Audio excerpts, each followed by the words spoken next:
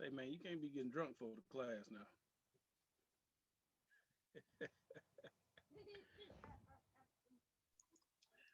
Oh man, that ain't nothing but that ain't nothing but some Arizona tea, man.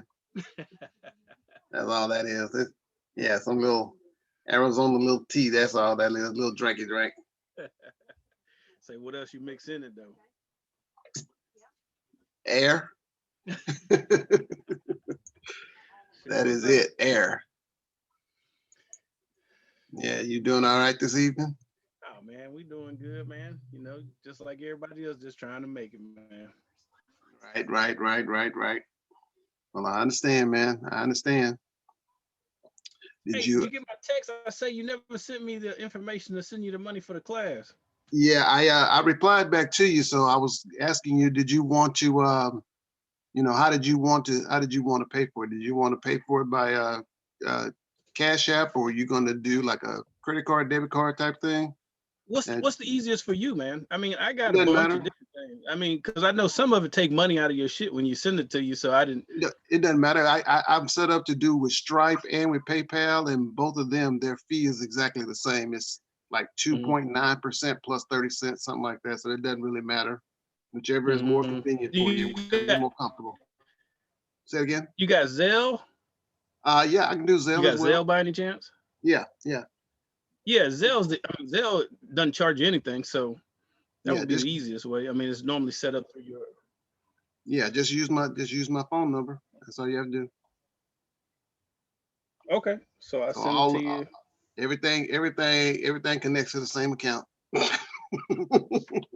All right, cool. Now, cause man, I know some of them things be charging people, so I'll be trying not to try to send it whatever way where can avoid taking money from them. Yeah, no, it ain't no big deal, man. You know, you got it costs to do business, so Yeah, I know deal you with got that. that money, so you ain't worried about it. I know. Man, please. I'm broke Henry. I'm broke Henry, man. Yeah, I got a ashtray in my car full of change, and I be counting it, counting it, checking it. Like, how much I got today? Yeah, yeah. I be counting, try to check it, man. Yeah, but the rest of your day been all right, man. Yeah, man, I ain't done nothing today, man. Sat around here at the house, man. Okay, Hey, living the retired life, man. I understand, man. I ain't mad at you. I ain't mad at you. Little jealous, little jealous, actually. Yeah, yeah, yeah. A little jealous, actually, man. This whole little pandemic thing, man. It's like it's such a big change, man. I mean, it's like people ain't never spent this much time around each other and don't know what's happening next, and you can't go no place.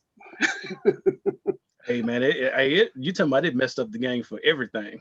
I'm talking It about it everything, really man. did. It really did. It really did. Because I was thinking about. It, I said, man, I ain't never really spent this much time around someone like that. I'm usually like gone all day at work. You don't see them till the evening, and for a couple of hours. Now it's like, okay, I see you all day long. You still look the same as you did this morning.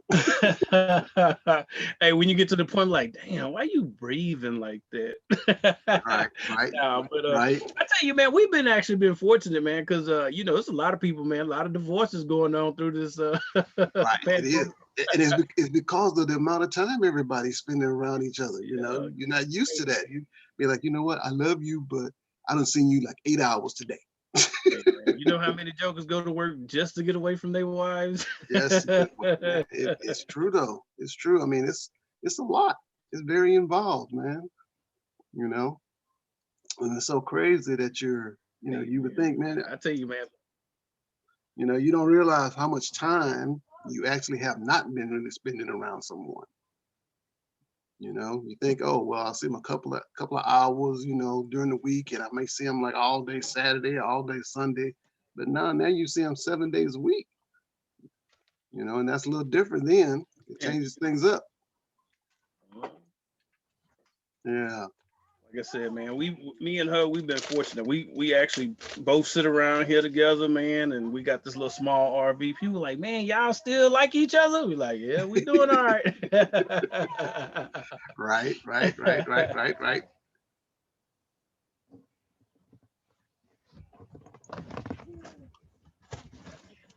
But I told her, man, you know how it is, man. You make it through the hard times to get rid of them later, you know. Right.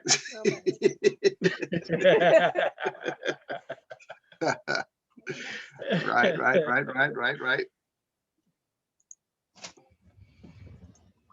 Oh, let me see, where am I? Let me get back over here, where I'm supposed to be.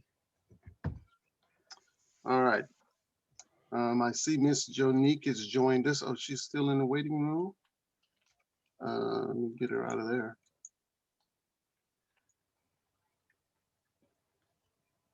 Hello there, young lady.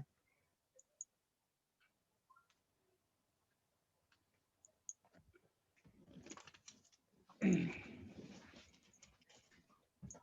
evening. Yeah, sorry, I saw you over there and I was thinking, oh, when she gonna join? Then I realized, oh, I gotta add you. I was like, maybe you'll let me in one day. Yeah, oh yeah. I ain't gonna keep you out there. That was my fault. That was my That's fault. no I wasn't problem. paying attention. I'm used to the waiting rooms. Yeah, I'm gonna have to go back and do a little research so I can figure out how to decorate up the waiting room, make it something to look at, you know, as I opposed didn't know to, you could do that. well, a friend of mine was telling me he had told me he had done that, and I was like, okay, well, I'm about to find out how to do that. You know, at least give you something to look at while you're in there instead of just nothing. Mm. Yeah.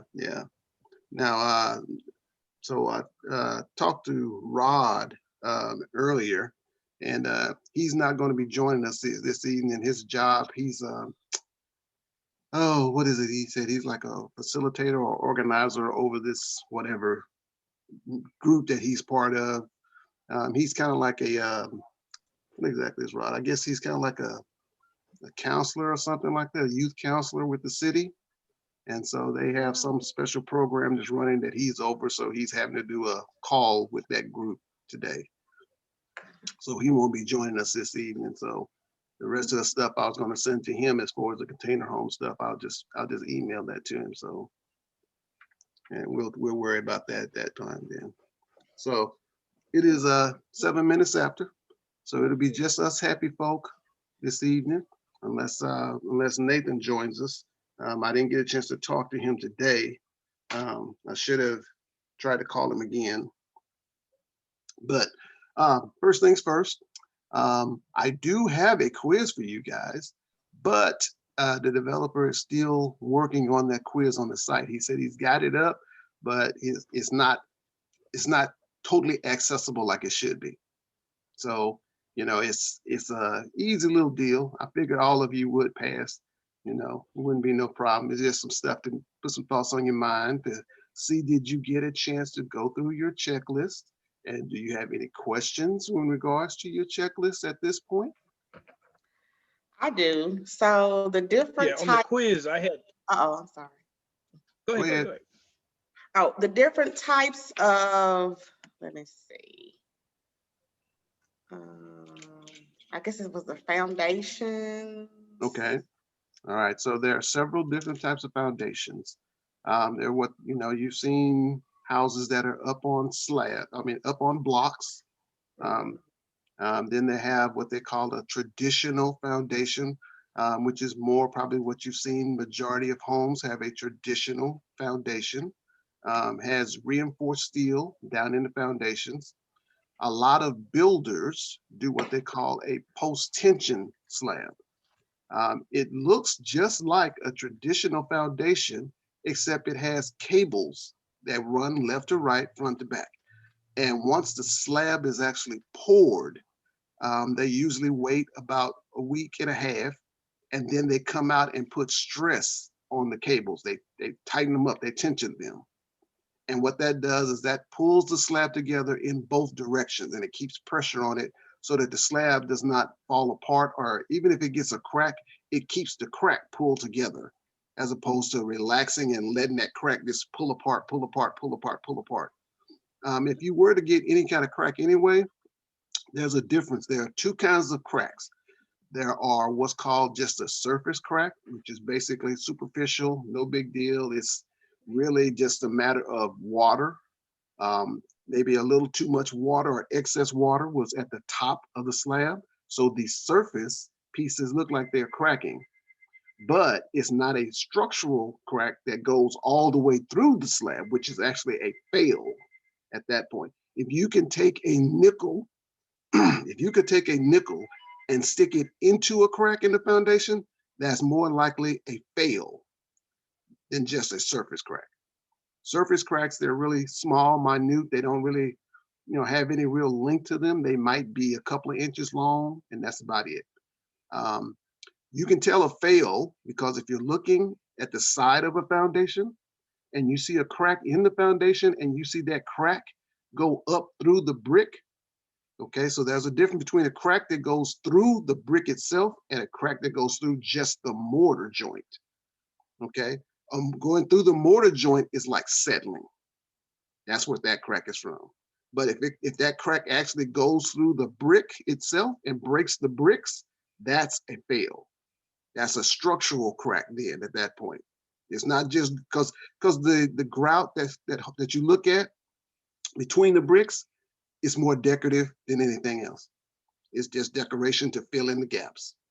It does nothing structural. So any little pressure will make that crack. Any little pressure. You can take a screwdriver and hit it and it'll start cracking. But you can't do that with a brick itself. A brick is a whole lot stronger than that. So any crack that happens in a brick is a lot of pressure. Okay. Then they have pier and beam foundations, what they call bell-bottom pier foundations, piling foundations. Now, what happens is that when you get your lot and before you actually send plans off to the engineer, you have to do what's called a soils test. Basically, excuse me, there are several companies around town that do soils testing.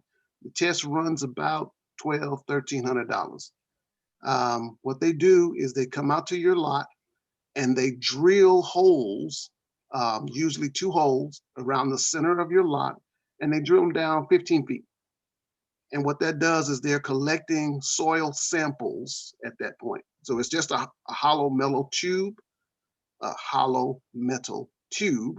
that the dirt actually goes up in there and they collect it that way. So because they know how deep they're going, they know at what point every inch of your foundation of your lot is. They know what is the makeup of it, so that they know whether you've got a good lot soils test or whether you've got what they call gumbo, which is clay and water. Pretty much all lots have some form of water on them, especially in Texas. But you don't want that water to be a high amount of water because all that does is cause sinking. Your foundation is just going to sink until it gets to a more stable and firm surface. The number that they're looking at, when you get a soils report, I mean, most people have no clue what they're looking at with a soils report. An engineer is looking at one number mostly.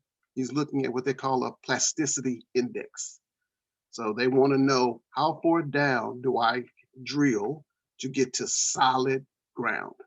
That's what they're looking for. And how much water is actually in the ground. And so at that point, they know how to design your foundation at that point. And most people around Houston, the Houston area, Gulf Coast area, they're all pretty much the same. You're probably going to have a foundation that the exterior and interior beams are probably going to go about 24 to 30 inches down. And the footings themselves will probably be somewhere around 12 inches wide. That's pretty standard.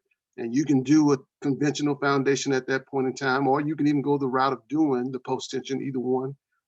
For the most part, the foundation is still designed the same way. All right. All right. Derek, you had a question also? Yeah, I was going to ask you. Well, I forgot about what I was going to talk about earlier, but the question was going to be on the foundation. Is there any benefits to either one than the other? Typically, I would probably just try to make sure I got a slab foundation. Is there a benefit to one to another? I know, you're talking about to make up the soil, but Soil, right? outside of that, is Well, there any benefit they're to one to the they're other? all, they all are designed to meet the same standard. Okay. You know, so there's not necessarily one benefit than the other. Builders typically like the post tension one because it goes in a little quicker. And instead of having all of the rebar throughout the whole foundation, you just have rebar down in the actual footings or beams themselves. And then you have the cables that run on the top. So that's why builders like it, because it goes a little quicker, and sometimes it can work out to be a little cheaper. Oh, so the cost might be a little cheaper on that too. Right. Okay. Because you don't have it's not as much labor involved. You know, you're not sitting there having, you know, rebar running left and right, front to back, and having a subcontractor having to sit there with little pieces of wire and tie all of that together. You know, it might take two guys, you know, all day to get that done versus just laying some cables, which all they have to do is unroll them. They come out to the job site and all they have to do is unroll them. That's all they have to do. So that's why, you know, you're saving, that's where your real savings is the time and labor.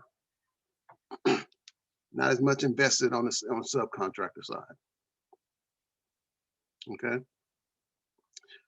Did anybody have any more questions? Everything else is good on your checklist then? You're moving along on your checklist? So many options. Well, yeah. I mean, but you know, that's kind of the whole point, you know, is to help you, you know, figure out what it is that's most important to you, you know, and what's not. And where you feel like, oh, you know what? I've always wanted one of those. Let me spend a little extra money and get one of those because I could use one of those. I have a need for that. You know, that's a big thing. Like I said, one of my line brothers, the house I'm working on for him and his wife, he's a landscaper. You know, so he's gone all day cutting grass in the mud or whatever. And when he comes home in the evenings, he takes his boots off outside before he comes in the house. But then he wants to be able to, you know, he says to me, I want to be able, when I walk in the door, I need to be able to take my clothes off, take my pants off, take my shirt off, you know, my shoes and all that stuff.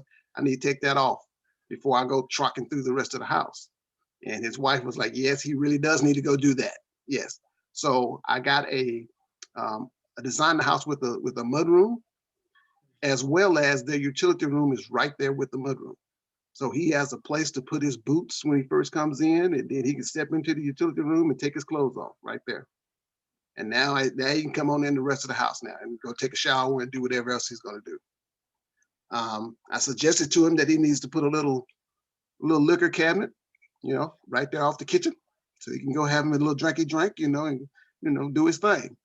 So his wife liked that idea too. Because she comes through the same back door as he does, but she's an attorney, so she spends a lot more time at home now, and only when she has to go to court does she actually leave. So she likes that, being able to, the idea of being able to come home and, you know, fix you a little drink after a long day, you know, and she has a lot of late nights, so she's a lot of times up till 12, 1 o'clock at night preparing, you know, for the next day. If she has a court case or if she's just preparing for an upcoming appointment or something. But yeah, that's the whole point of, you know, of the checklist, to try to, you know, give you as many thoughts as possible, you know, so that you don't have those regrets that, oh man, I saw this house that had a mudroom. I wish I had thought of that, you know. So that's the whole point. Anything else? So I know you keep saying like a mud room or whatever. Have you ever heard of, I mean, so we've heard of Arctic entries and we want something similar to that. You know what I'm talking about? What's it called? An Arctic entry. It's something that they did in Alaska. So basically when you walk in the front door, there's another area there basically where you take off your boots and you can kind of you know, hang up your coats and stuff like that. And Right. like normally people would put like benches and coat racks and stuff in there. And then there'd be another door that literally led into the rest of the house. Or you can have it open. It's just a matter of how you did it. But Okay. I don't know what that would be called outside of what we seen, which was the Arctic entries. Um, a lot of times that's what they call an airlock. Okay. You see it a lot of times in Okay. restaurants. Okay, you see it a lot of times in restaurants, like, especially McDonald's.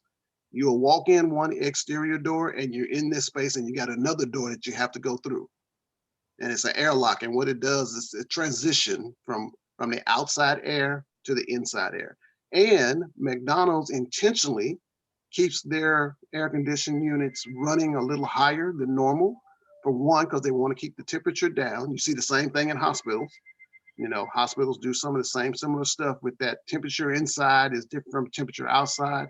And that space, that airlock, helps with the transition between the two. McDonald's does it because of flies. They don't want flies to get into the restaurant. They don't mind flies being in the airlock, but they don't want the flies to get into the rest of the restaurant.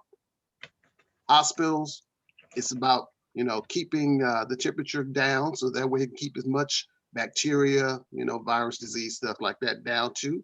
That's why they do it in hospitals. But that's what it's called. It's an airlock. It's basically that. So what I was saying that I didn't necessarily need the additional door on the other side, but let's say we had an area where that would be like a transition area where you could Yes. take off your coats and a bench for sitting down, taking your shoes off and stuff like that. Is there some that they have a name for that, or is that just It's still basically your entry or foyer area. Okay. But you're designing it so it has a purpose more Yeah. than just for people to walk in the door. Yeah. You know, so you want it to be able to function better than that. So you want that area where you can, like you said, take your shoes off and hang your coat up, hang the umbrella up, which, you know, when you really think about it, it serves the same purpose as a mudroom. It Mhm. serves the same purpose. They both are basically the same. But the difference is, you know, a lot of people typically when they come home, they don't come through the front door. They come through a garage door, they come through an exterior side door, a back door, but not very many people come through the front door because they typically don't park their car in the front of the house. So that's the only reason. I know in the country, you know, where my grandparents were, you know, they parked out front of the house, so they always went through the front door.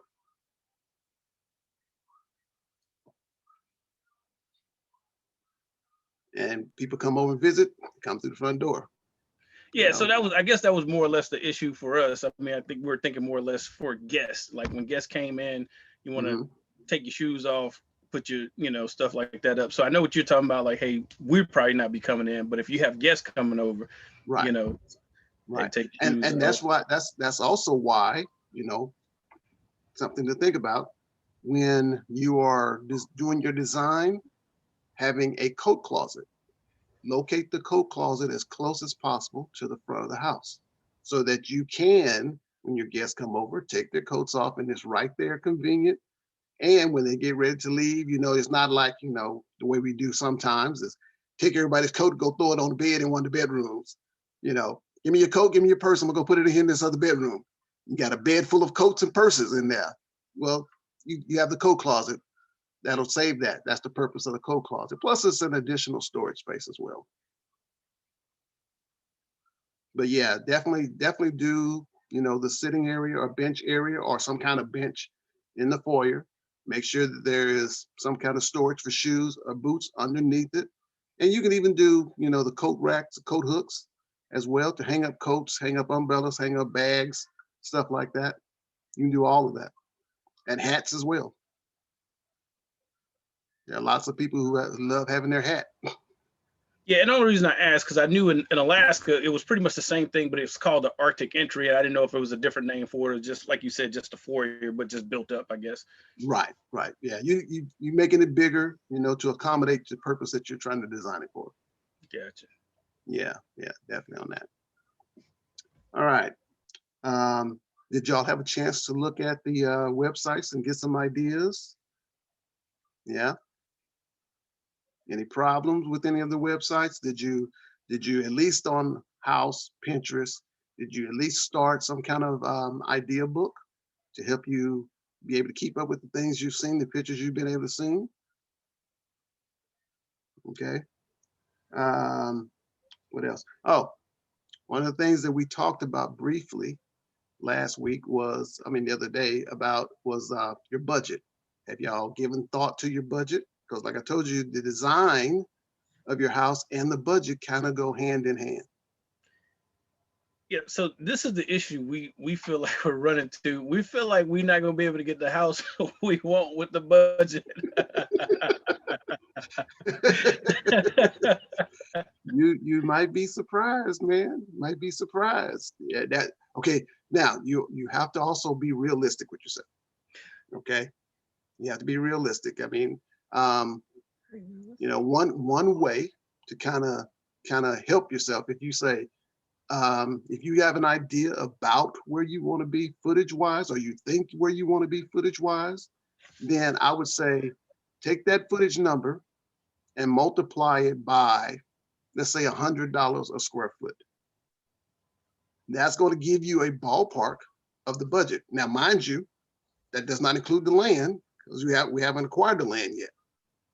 Okay, so you need to figure $100 a square foot times the footage that you think you want to be at.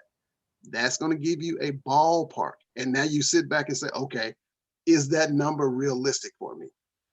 So you either have to make an adjustment to the budget or you have to make an adjustment to the footage, you know, to get to where you want to be or where you're comfortable with. And so that's where our problem is that it's like, I guess our issue more or less is, I guess, the land. And the unfortunate part with the land is you got land that's all over the park with prices, you know what I'm saying? And you can find 10 acres for 150,000, or you can find it for, you know, or more, you know what I'm saying?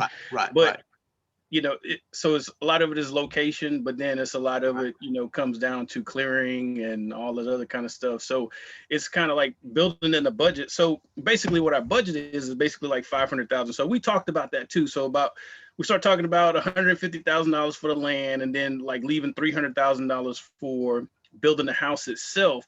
But that puts us at about 3,000 square foot, which we kind of wanted to be a little bit bigger than that, especially once you Right. explained to us about like the living area versus, you know, just the patio and garage and stuff. So we want about 3,000 square foot on just the living area. So Right. then when you start adding the garage and all that other kind of stuff, it almost seems like we're going to be over budget. Now remember now that when I say that $100 a square foot, that's not total coverage. That $100 a square foot is total living. Because remember the cost associated with living space and unair conditioned living space is two different prices. Okay, that's two different prices. I got you. So when you say about $100 for living space, that's where I'm going at about 3,000 square foot, and that's living. So that's why I'm saying we're probably going to be bigger than that. Yes. Now, and so I would seriously look at then the land side of it. You know, if you want to go bigger on the house, then you need to make an adjustment on the land size. You know, instead of 15 acres, maybe come down to 10.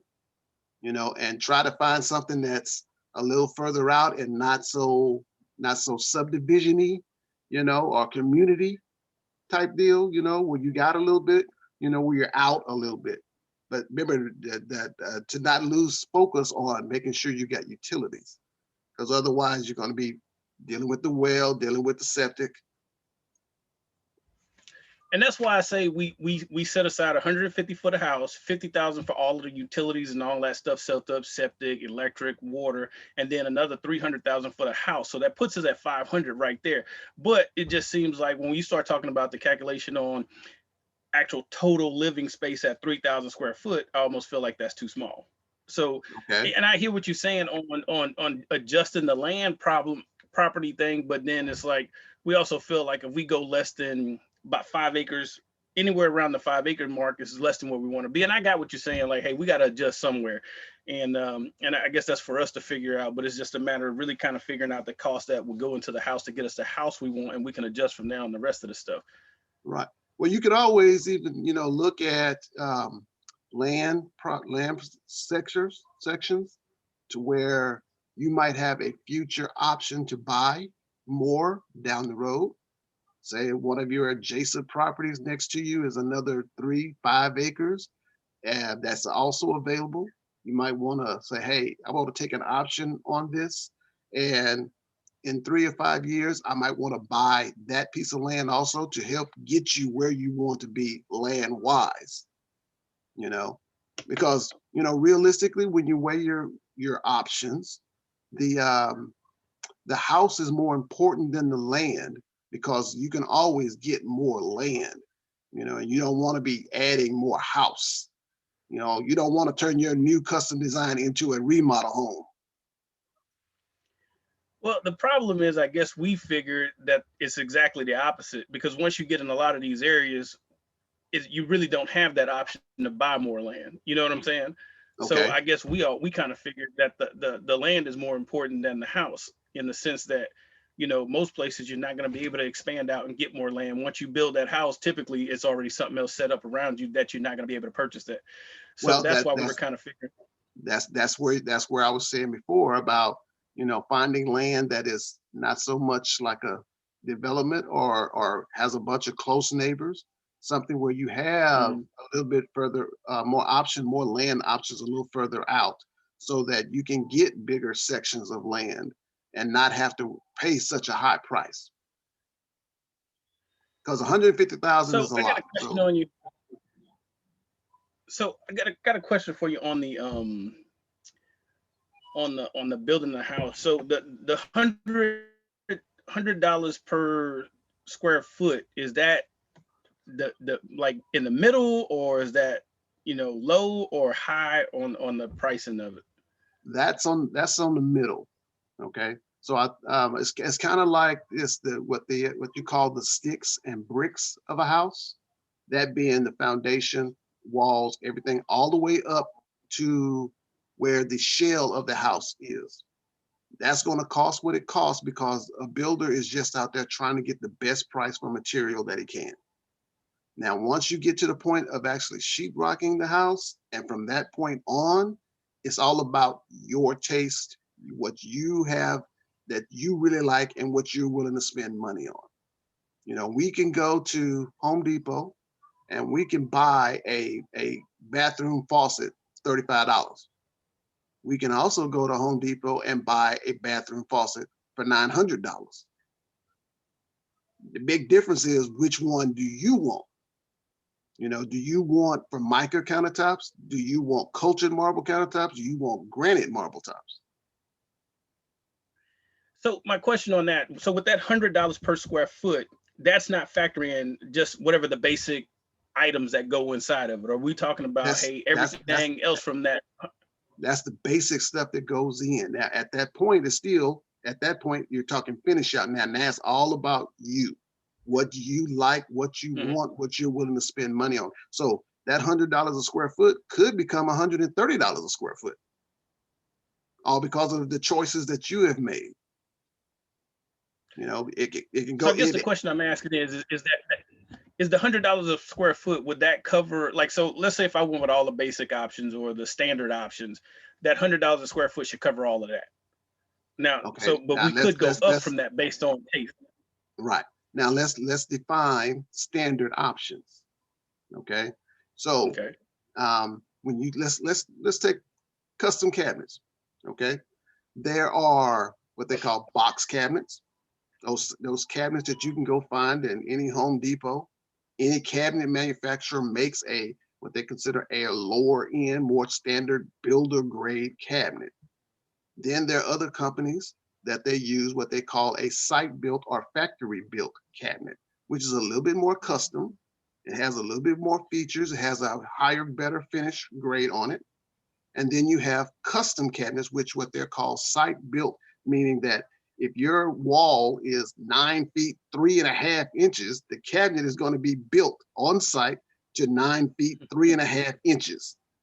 You know, that box built cabinet like you can buy in Home Depot, that is what they call a standard size, and it comes in increments of 3 inches. And if you have gaps, they've used what they call fillers to fill in the gaps. So everything comes in a box and you just put the boxes beside each other. Okay, so obviously the box cabinets are going to cost a whole lot cheaper, but you know, at the end of the day, you may look at them and feel like, man, these look like some cheap cabinets. These look like some cabinets I find in an apartment. But you know, that's what you chose. That's what you were comfortable with spending the money on. You know, so you didn't want that really upper end cabinet to go in your house. You didn't want to spend the money for it. You know, which is fine. You know, just remember that the cheaper stuff you buy, the more your house is going to take on a cheaper look. That's all. That's the only deal with it. As long as you're comfortable with it, I mean, it's fine. And like you said, you know, when we talked the other day, that you know, this is your forever house. This is not one that you're going to get hung up on resale value and all of that. So, you know, whatever you're comfortable with, then you're comfortable with. But just always know, you know, that there is no necessarily standard. Part of that depends on the builder that you're talking with. You know, the builder that you're talking with has a standard or a level of house that he wants to build to or that he uses to build to. And he may not want to go cheaper. He may tell you, hey, I don't use those cheap cabinets like that. Yeah, so I was just trying to get a better understanding on how should I actually start kind of like looking at the budget. So that $100 per square foot you was talking about. So I'm not even including, or am I including, you know, tile and carpet Yes. and all that other stuff, and like I said, whatever Yes. grade it may be. So you know, so if that's included or not included was really kind of my question. And I know we can go up or, you know, up from that. I got that part, but it was just kind of, is the typically the regular price of, is it including all of that stuff in it? Right. It is, because there are a lot of little things that you're going to be given allowances. Okay. So let's say on your plumbing fixtures, on your light fixtures, you may have a $7,500 allowance that's factored into the budget. Now, you have a set package that you can look at and say, okay, this is the finish I want, and it covers all of the fixtures in the house for that $7,500. But you may look at it and say, well, you know what? I ain't really feeling that. I like that all rub bronze, and that's what I'm feeling. And they'd be like, well, if that's what you want, that's an additional $2,500 on top of the $7,500. Okay. So, you know, at that point, you've added, you know, $2,500 to your $300,000. You know that at that point, because otherwise they're going to give you budgets. They're going to give you budgets that will fit, or material selections that will fit the budget. And they're going, because they don't know necessarily how much floor tile there is. So they're going to tell you, we're going to give you a level 1 floor tile, and that level 1 floor tile may be $3 a square foot. But the one that you really, really like might be $4.50 a square foot. So it's outside of the budget. And if you want it, they're going to tell you, okay, well, we're going to write up a change order, and we need for you to pay for that. We need you to write a check for that difference.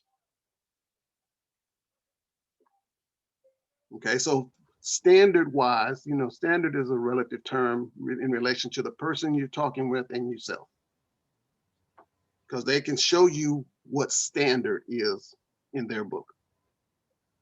Some custom builders, if they're a little higher price point, their standard is not going to be the same as a smaller builder. Yeah, and I guess what I was really trying to say was that there was going to be something included, like all of that stuff covered the house being built from head to toe with the $100 a square foot. Now, if you wanted to go up from that, I understand that was on you. It was just a matter of making sure that that wasn't just talking about the square footage that you talking about, hey, the walls going up, as opposed to, hey, I got to still got buy the sinks and stuff like that. So what you're saying now is that $100 per square foot is going to cover all that stuff. And if I want to go higher than that, you know, it should cover everything. Gotcha. All right. It should cover everything.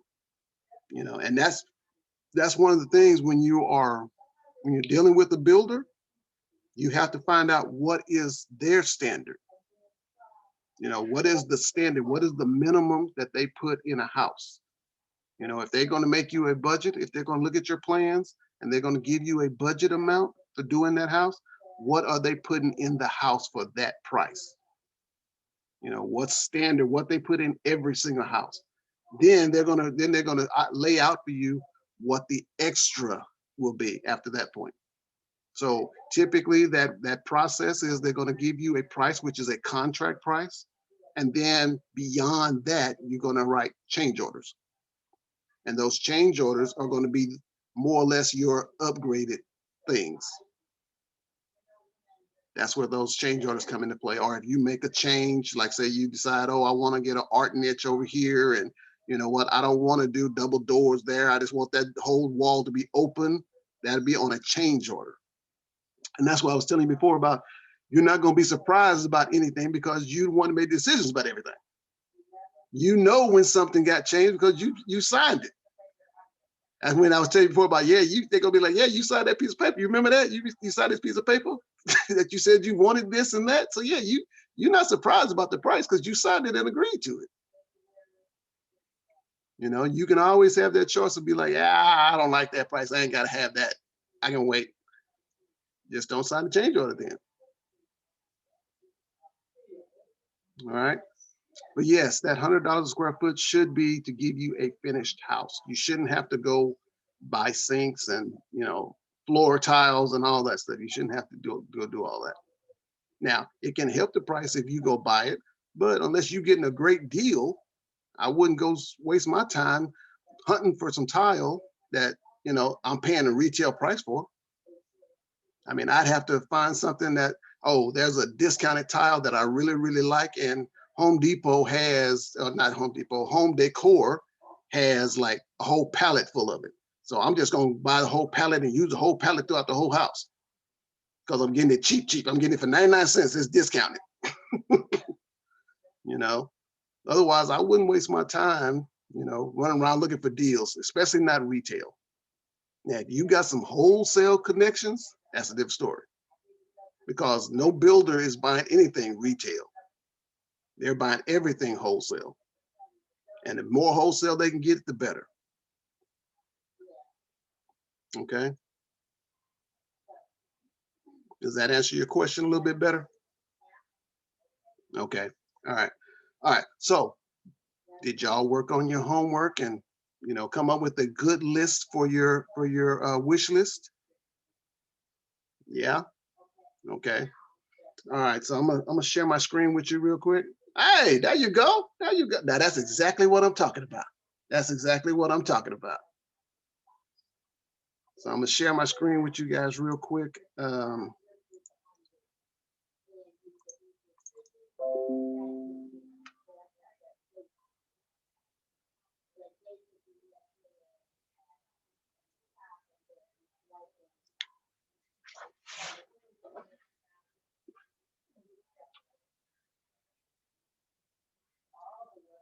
All right. So what I've done here on the left-hand side is my sample wish list. Everything here on the left-hand side. I've also given myself an idea for a budget. And I've also given myself an idea for square footage where I think I would want to be. Okay. So what our next step is going to be, we're going to take everything on this wish list and we're going to create a our bubble diagram, which Derek, you've already done, but we're going to take it a little further.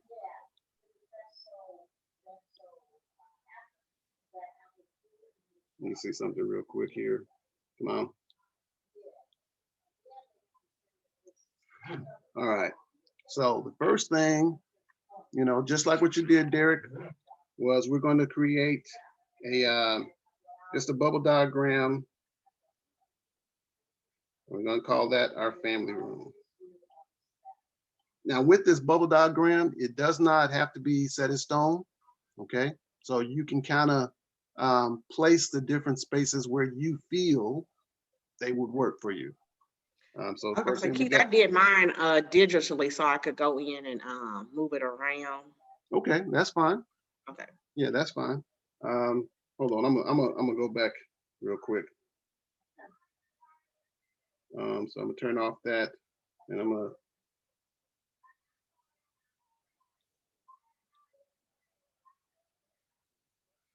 So this is one that I've already kind of laid out. And basically it's just calling for all of the spaces that I think I need, and the relationships as far as, okay, I need it over here by this room, I need it over here by that room. And we'll work out some stuff like stair. If you got a 2-story, the stair location, what works best for the stair location. Now, I will tell you this, it is typically a little cheaper to design a 2-story home than a 1-story. And the reason being, let's say you've got a 3,000 square foot home and you've got it stacked. So 1,500 square feet on the first floor, 1,500 square feet on the second floor. There's your 3,000 square foot home. Well, the difference in the cost difference is 1,500 square feet of foundation, concrete foundation, versus 1,500 square feet of wood floor. So the wood is going to be cheaper than the concrete. So therefore your 2-story is going to be a little cheaper than a 1-story. But, in cases like, people my age who are getting a little older, who have some ailments, who have some things that they know they're going to have to be dealing with, down the road. They know that I'm not going to be interested in being 60 years old and going up and down some stairs. Like my line brother who I'm working with now, his wife is concerned about him going up and down the stairs because he's already had one ankle replaced, and in February he's having the second ankle replaced. So he's feeling like, man, it ain't no big deal. I'll get up and down them stairs when I get up and down them. And she's like, yeah, no, you might be 2-3 hours getting up and down them stairs. And he's like, well, I can always get one of them little lifts, put one of them lifts on the stairs, and I can just sit on that and go upstairs and up and down. And she's like, yeah, what's gonna happen when the power go out? What you gonna do then? He goes, well, I just roll down, I'll be all right. So it's all about your concerns. It's also with a 2-story, you sometimes will realize that that's going to be at some point in time maybe some lost space. If nothing upstairs is beyond just the kids' bedrooms, when the kids are out the house, you don't really have a reason to go upstairs. There really is no necessary reason for you to make any regular trips upstairs. Unless you feel like, okay, well, I can always use that as a craft room, hobby room, or I can use that as an office, in which case then you're going to make use of those extra spaces. But a lot of times it just becomes lost space. You don't go up there, you don't bother it up there unless somebody's visiting, you just don't go there.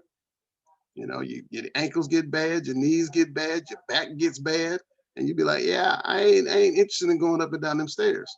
So the cost difference is not so much of a deal when you figure out how you live within the space. You might better use those spaces if they were all downstairs versus upstairs. So that's the consideration that you just have to think about.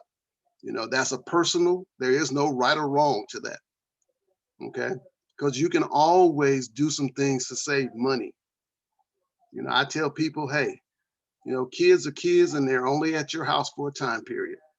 So don't go buying no, granite countertops in their bathroom. Don't go putting necessarily ceramic tile on the floor of their bathroom. You can always use vinyl and then come back, years later after they're gone. And if you want to tile that floor up there, then tile that floor at that time. Otherwise, leave it as a vinyl floor. Don't go waste money unless you have to, to make a kid comfortable.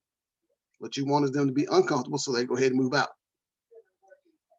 You know, so you don't want them to get caught up in feeling like they need to stay.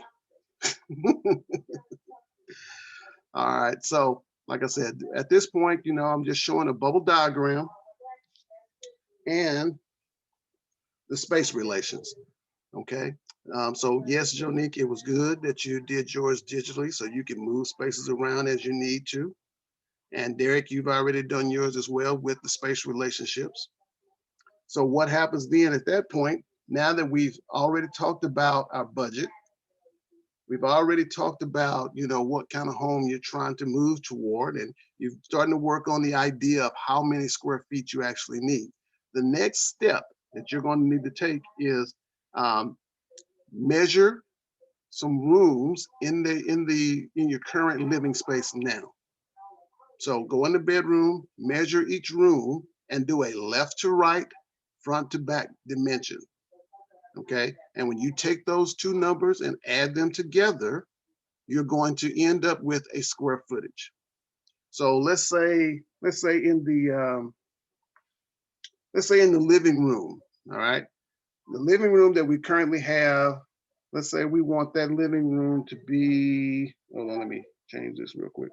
We want that living room to be 14 by 14. All right.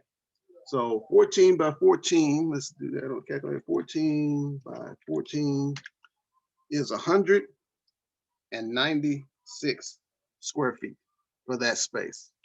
Now, what you're going to do is you're going to take every room and you're going to do the exact same thing. You're going to say, okay, what's the left to right, the front to back measurement? Multiply them together. That tells you the square footage. Okay. Then you're going to take all of those square footages, you're going to add them together, and that's going to give you a total number. That's going to give you a ballpark of about where you are footage wise, just a ballpark, because there's still some other things that we still need to factor in, like hallways, closets, stuff like that.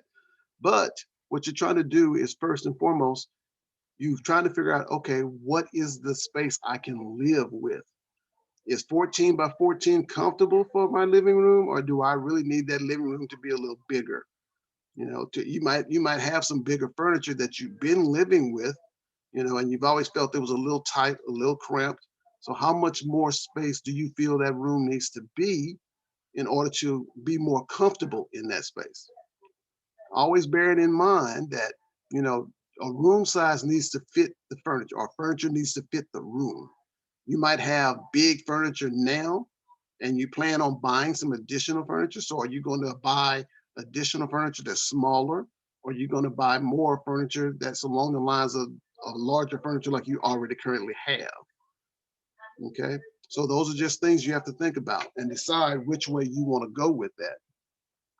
Now, once we have all of that added together and we've got that total number now, we're now in the ballpark of saying, okay, well, I got my rooms located where I want. I got my room sizes where I want. I'm in the ballpark of my footage where I want to be. And I'm pretty much in the range of my budget. I got a really good idea of where my budget needs to be. So at this point, now we need to start transitioning, and we're going to be moving more toward creating a more formal design. Okay. And this is where the app comes into play, because once you have the app, you can do things that are a little bit more formal. I mean, you can create some space that is a little more along the lines of what you're trying to formulate. Okay. So just like I created this living room area here, and I know that I wanted my living room to be open to my dining room. You know, you can start working in little things like that now, and you always start from a box. Start from a box. Make it really simple. You know, now this particular app has stuff like, it has a ruler that you can always use, and you can move that ruler around and do everything you want to do with it. But then, and I'm trying not to make it complicated for you. At that point, you want to just start laying stuff out. You know, this is where you start thinking about, okay, What's in this space? Where is that space? How do I get in and out of that space? You know, you start thinking about doors. You start thinking about not so much windows, just doors. Okay, how do you want to get into the bedroom? How do you want to get out the bedroom? Where do you want a hallway to be? And you know, where you trying to do certain things? Like in your case, Derek, this particular entry in relation to what we were talking about earlier is too small to do what you're trying to do. You know, we'd have to first make that entry bigger in order to do the things that you want to do, especially with if you're talking about making more of a bench area, you know, so we probably would do something like actually bring the front wall or the door out to that point to give us more space in the entry area here. So I would do that. I'd bring that entry all the way out here. Now you've got a bigger space to actually work with for that entry. You know, and in relation to the coat closet is right there. So you're just talking about a few feet difference in the location, and it's utilizing the space that's underneath the staircase anyway. See, so that helps with that, being able to utilize what would be dead space and make it more usable space. So not only did you get the coat closet, but all of this space underneath the stairs here and underneath the landing, you're going to get all of that space. You know, so when you talking about suitcases, boxes, and stuff like that, Christmas tree, you got locations where you can put that stuff, you know, and help you space wise. Now, this is rough. You don't have to worry about, well, how thick are walls and all that. You don't have to concern yourself with that at this point in time.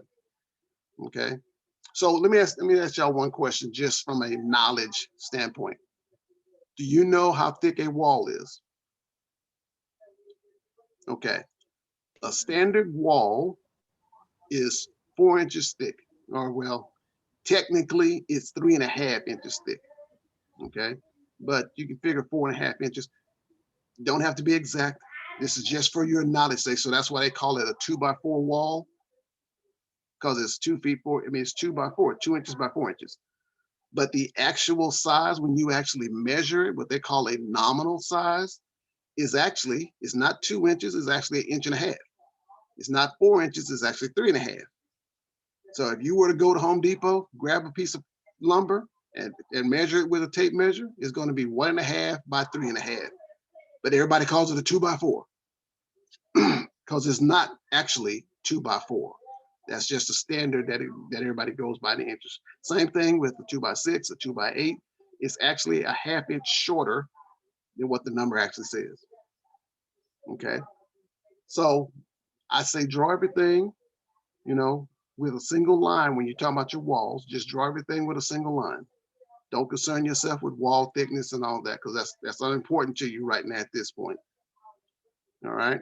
So you start doing things like, okay, let me work in my porch. Where do I want a front porch? Where do I want a back porch? You know, do you want a big back porch? Do you just want something to go out on? Does that back porch need to be covered, or is it fine with it being uncovered? You know, it is Texas. It is Texas, and it does get hot. So you might want to seriously think about, okay, making sure that that back porch is covered, or at least a portion of it is covered. Okay, think about how your family uses the space. All right, what works for you in the bedrooms? Are you going to put a full-size bed? Are you going to put a queen-size bed? Or are you going to put a king-size bed? Now you can always go online and you can search for bed sizes. Okay, typical is that a king-size bed is 6.5 feet across, and that's a good number to remember, because now you know that, okay, for my bedroom where I'm going to, let's say I'm going to come here. Let's say I'm going to put my bed on this wall. Okay. You know that 6.5 feet of that, let me change that pin size so I can make that a little more reasonable.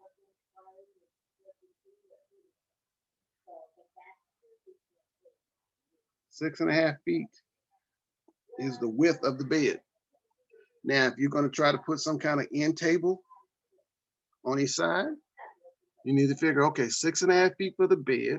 I need another 2.5 feet for each end table.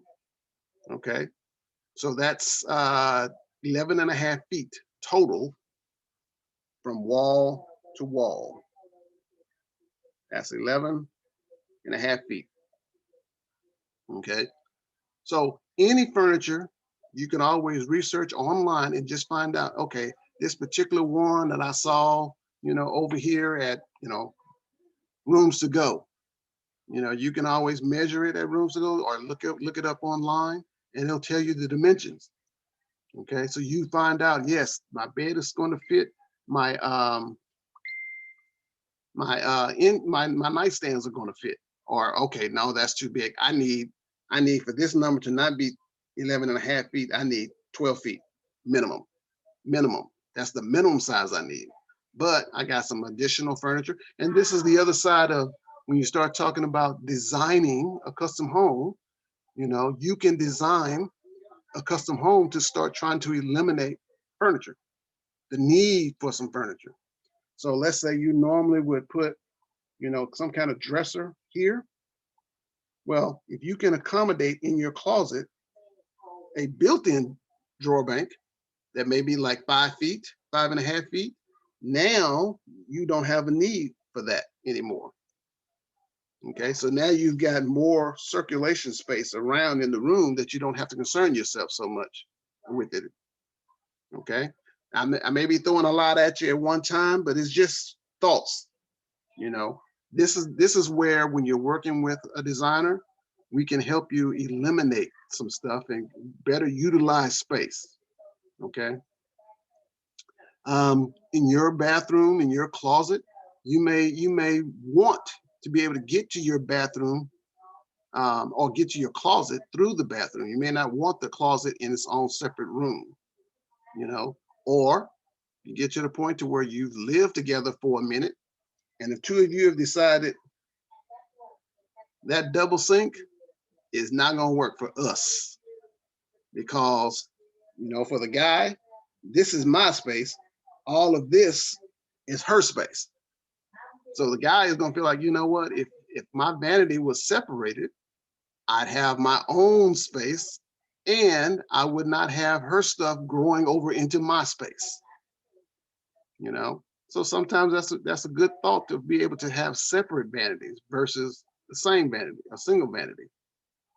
Okay, you have to think about, what works for your living situation. Okay, now, like in your case, Jonique, you may have a Mr.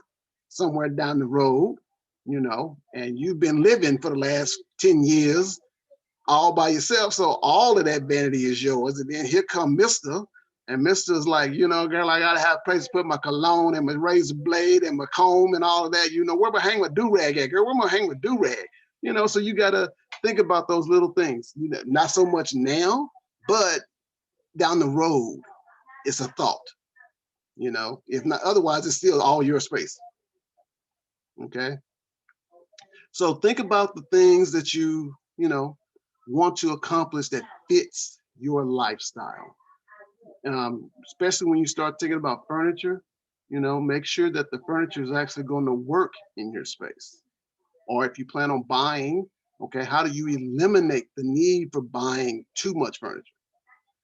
Kids, once again, kids are only temporary, they're not forever. So don't give too much space to kids' bedrooms. A good size for kids' bedrooms is like a 10 by 11, or even a 10 by 12. Leave it at that. Don't give too much more space than that, because they're going to have a limited amount of furniture. For one, they're either going to have like a twin size bed, or they're going to have bunk beds, or they're going to have a full size bed. You give them a closet because they don't have a whole bunch of clothes. They're constantly growing, so them clothes constantly changing and rotating out. And you give them some kind of drawer bank. Putting a drawer bank in the closet works great for grown-ups and kids. Works wonderful for grown-ups and kids. At the same time, it also puts them in a spot to where that furniture is now not taking up any room space. Okay, it's not taking up any wall space. So that's a good thing to always consider. And you can also do the same thing when it comes to bathrooms. Okay, most secondary bathrooms have what they call a tub shower combination. So it's a bathtub that has a shower and faucet. But as you deal with older kids, they get away from taking baths and they only want to take a shower anyway. So if you do have older kids, you may want to just figure, hey, I don't really need a bathtub. Let me just have a shower in the secondary bathroom because nobody's going to take a bath in there anyway. You know, and you figure, hey, even if I do get older and I do get to a point to where I need a little assistance, I'm not getting in that bathtub anyway. You know, that's not going to be a bathtub I'm going to go get into, you know, because for one, you got to step over in it. The second thing is it's too low. So you're going to kind of lean away from that. So that depends on your situation. You know, what works best for your situation. At the same time, we're going to get into talking about some door sizes, vanity sizes and stuff like that, stuff that would make sense for you with your design. Now, one of the things I would suggest to anybody is always take some time and just think about the space. You know, what's it like to walk down this hallway and come into this room? When I walk down that hallway and come in that room, what do I see? Or what do I intend to see? Where's my bed going to be in that wall? When I'm looking out this back window, what do I see? Do I want that to be a nicer, bigger window to look out of, or it really doesn't matter, whatever the minimum size is? You know, if you're somebody who likes a lot of sunlight, then you're going to want a little bit more window. Okay. You got to think about windows. You got to think about TVs. Is it going to be a TV that's going to be wall mounted? Okay. Then you have to make sure you're not cutting off too much wall space. You know, but that's all those things that you think about down the road. You know, you're not so stuck with that right now on the design side. It's just something that you're thinking about and keeping on your mind so that you know what you can do and what you can't do. Okay. Now, at this point, like we had talked about before, you still have to deal with your lot. So you still have to know how much you got to clear, trees, topography. Does the lot slope to one side or another? Utilities, that's something else, like in y'all's case, to always consider. You know, in your case, a little bit more, Derek, because, you know, y'all want a bigger piece of property. Jonique, not so much, because pretty much anything you may be looking at probably is already going to have public utilities on it anyway. Okay. In your case, Derek, you probably are not going to have like a homeowners association or deed restrictions to deal with. You know, but there are going to be some sort of little guidelines of things that you have to do and things you can do. You know, they may tell you, hey, you know, we don't have no real deed restrictions, but you can't have no chicken coop out here. You know, you can't have no horse barn out here or corral out here. You know, you can do a whole lot of stuff, but you can't do that. You know, so you're going to have some little restrictions. They're going to tell you stuff like, okay, the house needs to be at least 100 feet off the road, you know, and it can't be closer to any side property line than, say, 150 feet. So your big, beautiful acreage lot is narrowed down on the space that you can actually build within. Okay, the box that you can build within. So you just need to know some of them little restrictions. And like I said before, when we were talking about the well and septic, you cannot have the septic system out there with the sprinkler head and you're digging a well in the middle of where the sprinkler heads are going to go. Because now your irrigated water that's coming out of your waste tanks is now going into the ground where your drinking water is coming out of. So you can't have those two things close to each other, and you can't have them getting squeezed because you don't have enough space to do them. So those are just considerations. So I would tell you on our next step at this point, since you have both already done your bubble diagram, which I give you much kudos, man. Y'all did an excellent job, man. Y'all did an excellent job on that. I'm proud of y'all. So your next step is to start thinking through that design a little bit more. Add your measurements up, okay? Go measure rooms, to see, okay, this is adequate, this works for me. Nope, this does not work for me one bit. Okay. And that way you're now giving it a little bit more thought. You start to figure out, okay, here we are footage wise. Here's the room sizes that I'm comfortable with. Here is how I want these different rooms to relate to each other. This works for me. Don't concern yourself about trying to be like, man, my house is growing left to right. You know what? If we have to make an adjustment on the left to right, we can make an adjustment. This is all paper. This is all paper right now at this point. So it's better to make changes on paper than to get out in field and be trying to move wood and concrete around. Okay. So that's the thing that we're doing now. We can draw on paper all day long. You know, we can make changes to paper 50 times in a day, and it costs nobody nothing, just time. That's all. So the next step is to keep refining your design, work out your room sizes, make sure that the room relations are where you want to be. You're good with that. And also to make sure that you've added up your room spaces, the footages of all of your spaces, and you are now moving toward a footage where you want to be. So Derek, in your case, this is going to give you a little better idea of how much square footage you actually are working with and how much square footage is a little bit better fit for your family. You know, you may be thinking, well, we wanted 4,000 square feet, but your budget says, well, you can only have 3,000. Well, you know what? Maybe 3,500 might actually give you exactly what you were after. Okay. And we can make that work. You know, just make it work. And this is also to help you start narrowing down what you can do and what you can't do and what's most important to you. So that's why I was saying before about instead of 15 acres, you might need to look at 10 or 12. You know, 10 or 12 may still do everything you want, but it helps you on the budget side. You know, just as a thought, just because now you're at the point where you need to weigh all of your options. What's most important? You know, how long would this take? Where do we stand? Is this going to give me what I'm really after? Do we really have everything that we really want? Do we have that what'd you call it? Alaskan entry? You know, do we really have that like we really want?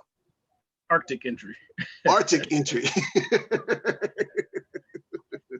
Yeah, because Yeah. you know, up there, man, with all that snow and stuff, you coming in with all that stuff on, so you had to have a place to take off your boots and all that, Right. them layers you had. So Yeah, I understand. I definitely understand. And see, like that, that's the type of stuff that you have to determine, is that important to you? You know, is that important to you? Because yes, it's a utilizable space and a good idea, and you already are familiar with how it functions, and you like the way it functions. You know, you've gotten to a point where you feel like, you know what, that's actually really a usable, good idea. You know, and you feel like that fits our family lifestyle. I can't see living in this house without it. You know, somebody who's lived in an apartment all their life has no real understanding of what it's like to have full-size wash and dry. They're so used to stackables that they think that just works. Then you give them a full-size wash and dry and they feel like, I can actually put more clothes in here in one time. You know, now my 6 loads of clothes is down to 3. You know, so it's little things that you realize, okay, I like that idea. You know, and in your case, you know, we talked before about possibly doing that outdoor fire pit.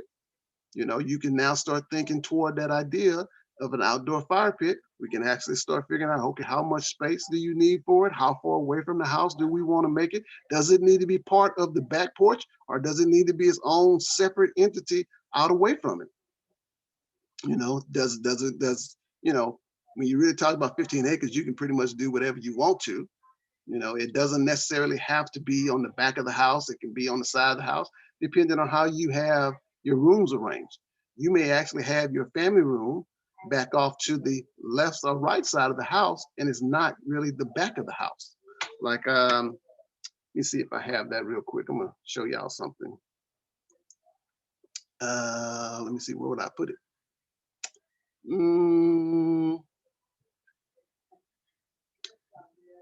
Yeah, let me do that. I'll come over here and go this way.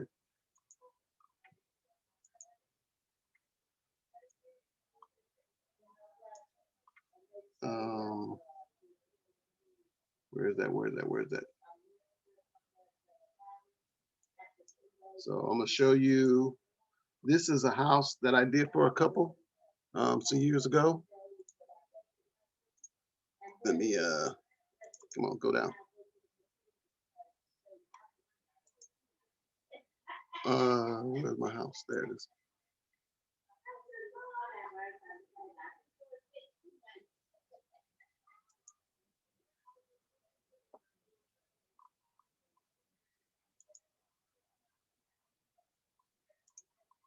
So what I'm fixing to show you is this particular house right here.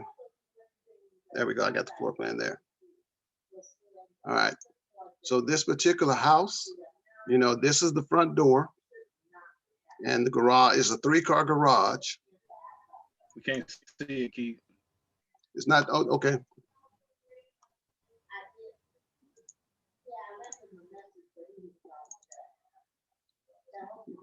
Oh, I'm sharing the wrong thing. No. Get back to the right screen.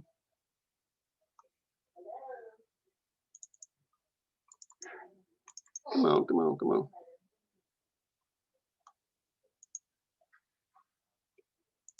Can y'all see it now? No. No?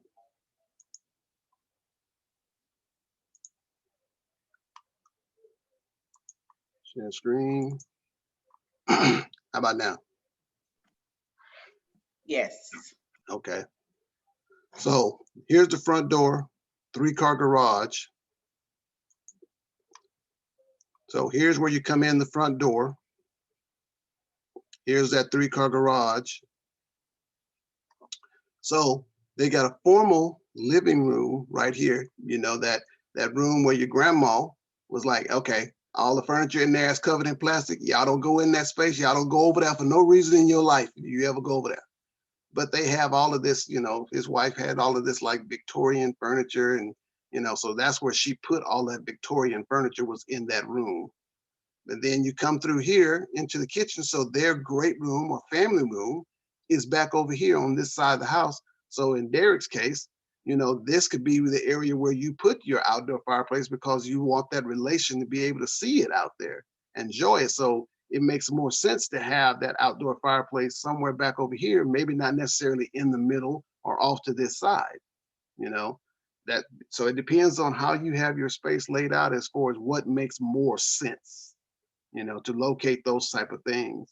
And it just so happened to work out because they really like the idea of having privacy. So when they're in their family room, they didn't want anybody that's at the front door to be able to see them, to see anything. You know, even if they decide, well, we ain't home, nobody knows that they're home because they're way back over here. They're not over here by the front door. You know, they only make this transition at nighttime when they were going back to their master bedroom. So they have their public space, and then they have their more private space. And because her mother was getting elderly and was going to be living with them, so they gave their mother her own bedroom and her own bathroom. She was the one that's going to be parking in the 3rd bay of the garage. So she just comes right here, and she's right here to her bedroom. She's right here to her bathroom. If she needs to wash or do anything in the laundry room, it's right there. It's convenient for her. Everything is convenient for her in her space. And that she can come right here to the kitchen and do whatever she wants. She can come right here and spend time with the rest of the family. All convenient to her. The doors here, in the bathroom, those are all oversized doors. They're handicap doors, so that she doesn't have any problems if it comes to the point to where she needs to be in a wheelchair down the road.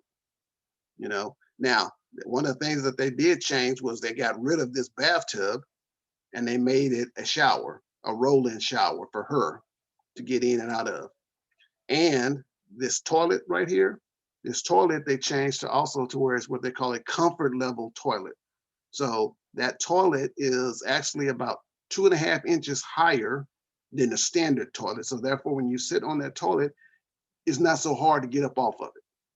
And then you add grab boards around it. That makes it that much easier for maneuvering around. Okay. But once again, that's the purpose of, Derek, in your case, wherever you might want to locate that fire pit, depends on where the space is, where your space that you're going to use and spend your most time with family. So it may make more sense to put that fire pit somewhere over here rather than someplace right here. But you still may want that view. People walk in the door and they see all the way straight through. You might want that fire pit to be seen. But at the same time, you might be like, don't y'all worry about that fire pit. I don't need y'all getting comfortable and thinking that y'all can come over and hang out there. That's not for y'all. So you might want to keep it tucked away a little bit. Okay. So you can do a number of different things with your spaces. This is also that side of it, because like this particular couple, they had a piece of art and it was huge. It was huge. It was like 7 feet tall and it was like 3 foot wide or 3.5 feet wide. And, they wanted it to be on display. So what we did was I gave them this little gallery space right here. And this wall right there is where that piece of art hangs. So when people come in and they're formal people coming over visiting, when they're in the formal dining room or in that formal living room, that's the showpiece right there on that wall. So she wanted it to be seen, and yeah, everybody walking the house is gonna see it. They can't miss it. But that's what worked for them. And also they wanted the circular staircase, and this little circle inside the circle part right here, that's where they put their Christmas tree every year, because that works for them once again, because that Christmas tree was very, very decorated, and she liked the idea of it being on display. So people can come in, and as soon as they walk in, they once again see that decorated tree. They see that piece of artwork, and they're still right here. They haven't gone all off into the house, walking around, just making themselves at home. So you're controlling how people move around in your space, and you're keeping your public space separated from your private space. Okay. Once again, that all has to fit your particular lifestyle. Now, her husband, he's a bit more of a social person when it comes to family. So for him, having the family come upstairs, and he has a game room here with a wet bar, so that he and his cousins, he and his other family members, they all hang out up here in the game room, and he can have all the drinks he wants right there, and everything's convenient. Then they've got a balcony here. That balcony looks out on, there's a lake right out here behind them. So that balcony looks out to the lake, and now they've got a view out to the lake. They can come hang out on the balcony and smoke cigars, smoke cigarettes. They can come back in the game room, socialize with each other, and they can also have their drinks right here from the wet bar. That fits their lifestyle, that fits, everybody is accounted for. Okay. So that's one of the things you start thinking through, especially now. You've got your basic bubble diagram. Kind of think through, are there any other little spaces that we might want to include? Do we want to include a wet bar? Do we want to include a utility room? I mean, not a utility room, a mud room. Do we want to include a hobby room? Do we want to include a workshop? Start thinking of those little extra little things. Make sure you add that to your concept design. And now you are ready to move on to that next step, where we're going to start doing a line drawing. The easiest thing to do is take your concept. Okay, I'm gonna go back to my iPad real quick so I can show you this.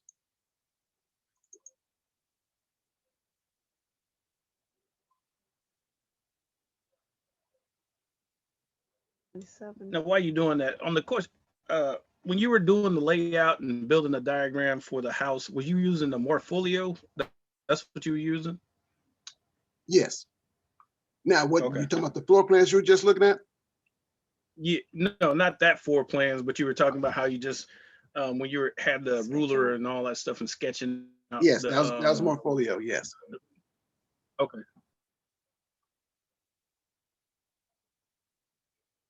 So I'm gonna show you something real quick, and you're gonna see the relationship. All right. So I'm gonna turn back on my bubble diagram. So you see, every place that I've got a circle for my bubble diagram, I have a floor plan underneath that. All right. So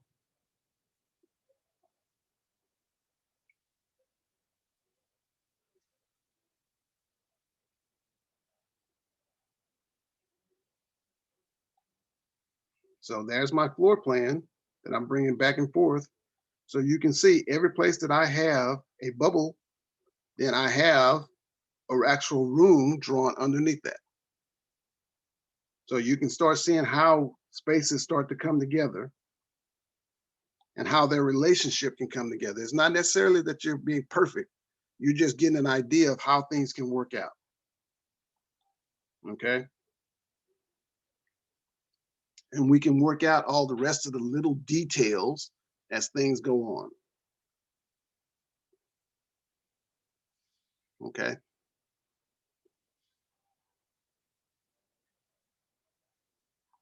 So this matches your bubble diagram.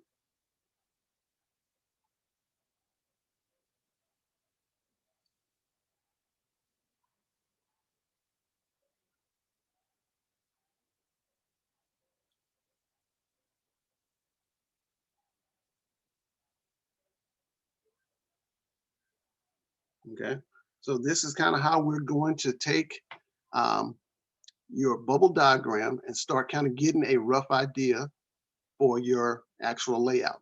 And like I said, for all your walls, you just draw a line. Don't concern yourself right now about how thick a wall is and all that. You don't even have to concern yourself with that at this point. And you can change stuff to fit how you need it to fit. Okay. Make sure you're doing your dimensions. All right. And I'll teach you some more about Morpholio. This is a program that the way you think about it, I don't know if y'all have used any kind of drawing programs in the past, but imagine that your first piece of paper is a piece of paper and every layer on top of it. So every one of these layers on top is a piece of tracing paper. Okay. And all you're doing is just overlaying tracing paper on top, and another piece of tracing paper on top, another piece of tracing paper on top. That's all you're doing. You can draw as much as you want to, as little as you want to. You can erase stuff, you can change stuff, you can move stuff. Okay, don't feel limited. All right. And like I said, this works for any drawing program. You can do Photoshop, you can do, I don't know what other the little drawing app is for Windows and stuff like that, but you can do a number of things. I just find that Morpholio Trace is the easiest, and it has enough tools that are a little bit more along the lines of architects. You know, especially with being able to have a ruler, being able to draw lines, straight lines, however you want to do it. Let me see, do I have Earl's deal on here? No, I don't have his on here, but wait a minute. Yes, I do. Okay.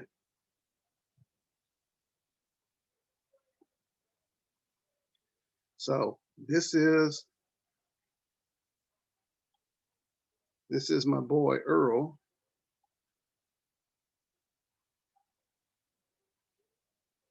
So one of the things that we did with him was that you can kind of see his family room layout. So this is they started from a plan that they already saw that they liked. So all I did was take that plan and I started making the changes that they wanted to the plan. Originally, this whole change that. This whole area here was originally the dining room, and the family room was actually back here. They didn't like the idea of walking through the front door into the dining room. So we switched those and we made the rooms big enough to accommodate, you know, their furniture and everything. And then we started working from there because they knew that they wanted a 3-bedroom house.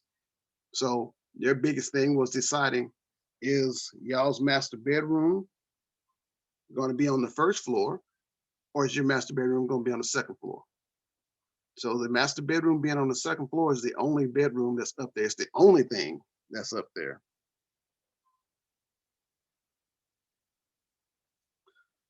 So that bedroom is the only thing up here on the second floor. That's it. Now, I tried to start accommodating space for his wife because, like I said, she's an attorney. She works from home. So Earl can easily be in the bedroom, and his wife can actually be out here outside the bedroom and working on her computer, doing paperwork and stuff. And she's got space to be able to store stuff. And then they've got extra space because she's got like a ridiculous amount of clothes. And so it gives them more space. And plus, they've got this big, huge walk-in closet that the two of them will share. And then we're getting into their master bathroom area here. Separate vanities for his and hers. So this is all about, you know, what works for them space-wise. Okay. So there are a whole lot of little things you just need to do and start working out spaces, room dimensions and spaces. One line drawing, don't worry about two line. I mean, you know, worry about the thickness of a wall. You don't have to worry about none of that. Don't concern yourself with that. At this point, this is going to be how things will flow together and how the rooms will align together, giving you a lot closer of a finished design. This is what we're moving into, what is the pre-final stage of the design. All right. So any questions at this point? Any thoughts, any concerns? Don't worry, you're going to be an architect when I finish with you.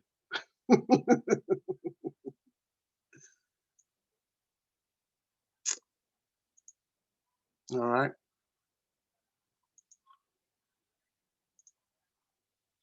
Any other thoughts? Any questions? Okay. All right. It is 7:30. So I am going to, you know, let you guys off. I'm gonna let y'all have the rest of your evening. We may not be able to meet together on Friday, but I may be able to take care of doing the class either Thursday or Saturday. Does that cause a conflict for either of you? I know for Rod, he's fine either way. What time Saturday? Whatever time works for everybody. So if 6 o'clock still works for you, that's fine. If you got some Delta life.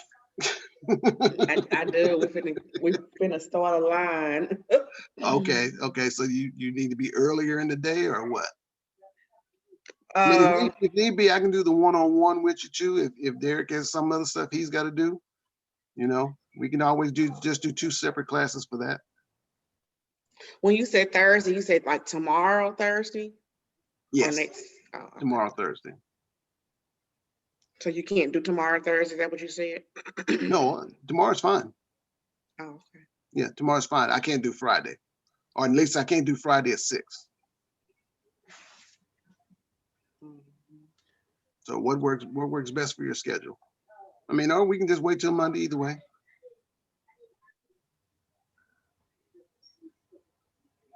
I think you need to cut Delta a little short. Really, Keith? You know, I got to play with you. I got to mess with you about that. You know, you are so involved with Delta, girl, so I am not mad at you. And then, but I also tutor on Saturdays, so. Okay. Well, like I said, if tomorrow works for you, that's fine. If not, we can just wait till Monday. No big deal. Yeah, we can wait till Monday. It doesn't matter. Tomorrow or Monday is fine. Doesn't matter.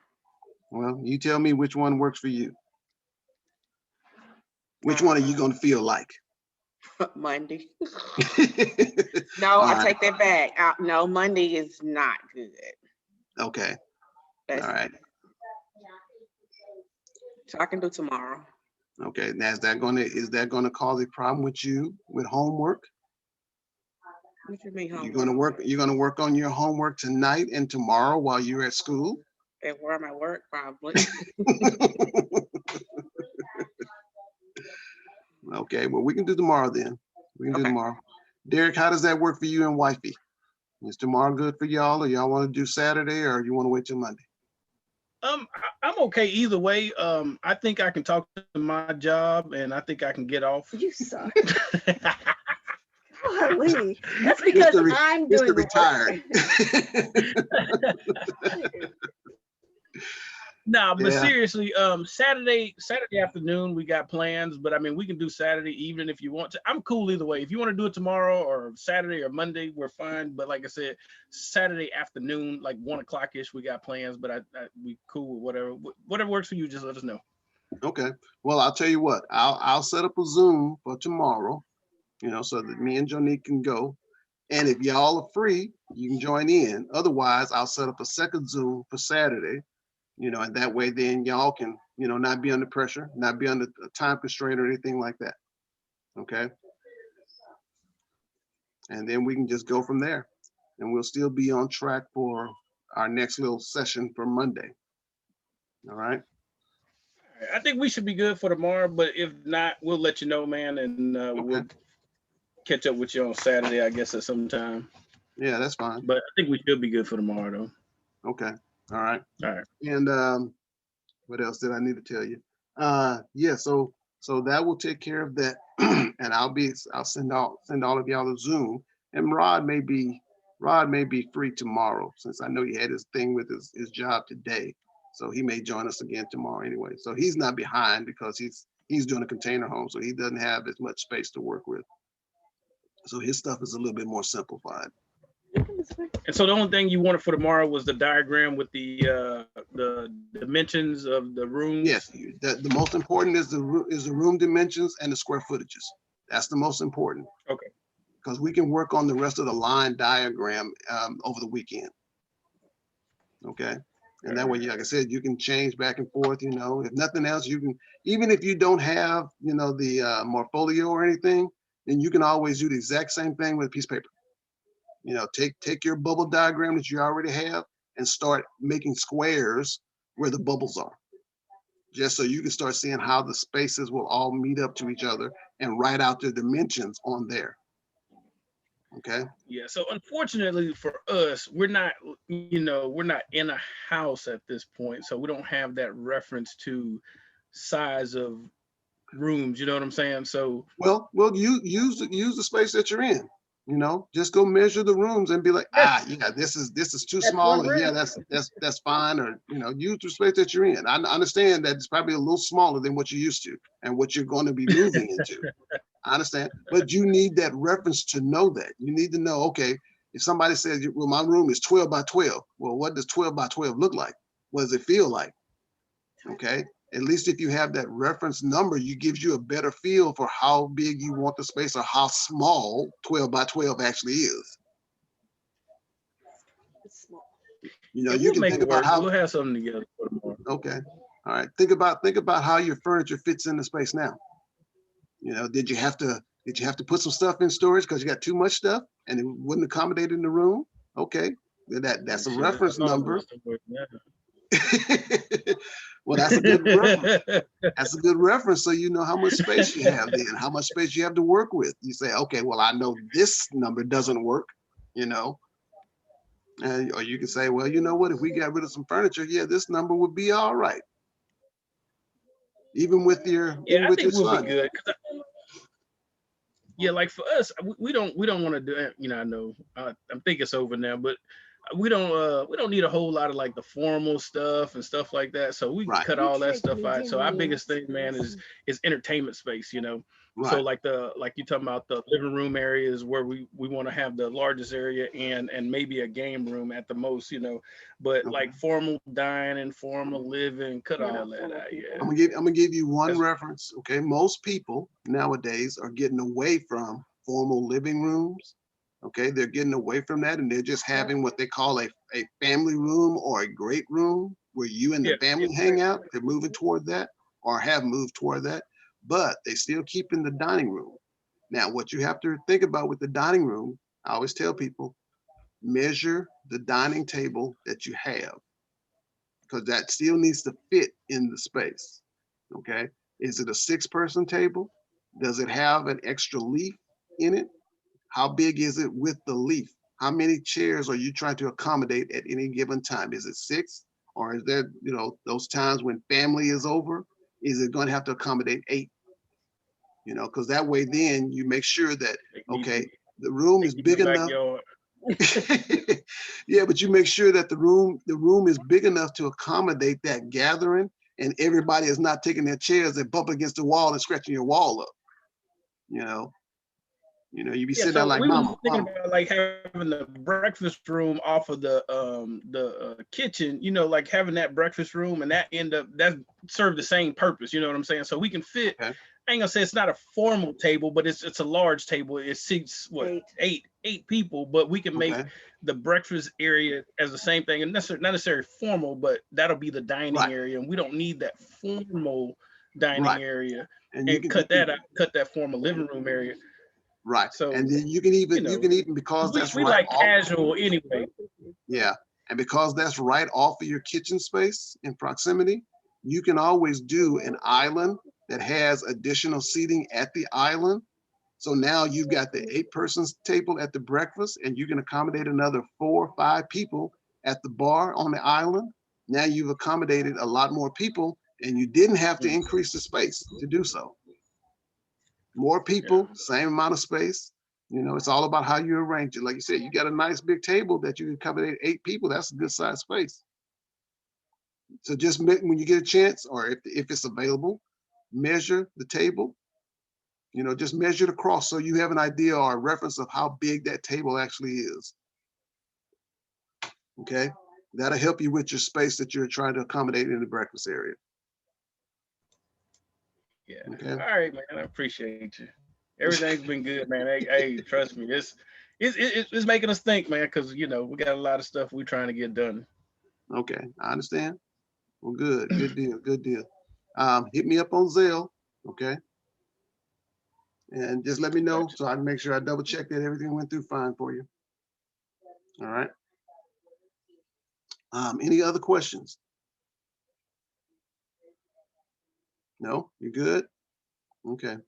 Well, like I said, I'm gonna let you guys enjoy the rest of your evening. If you have any questions, call me, text me, hit me up, you know, Facebook, Instagram, Messenger, whatever, you know, and I'll answer your questions to the best of my abilities. All right. All right, then. Well, I'm gonna let y'all make it. I will holler at y'all. I will talk to y'all. Be good.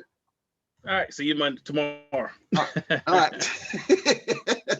Tomorrow, Saturday, Sunday, Monday.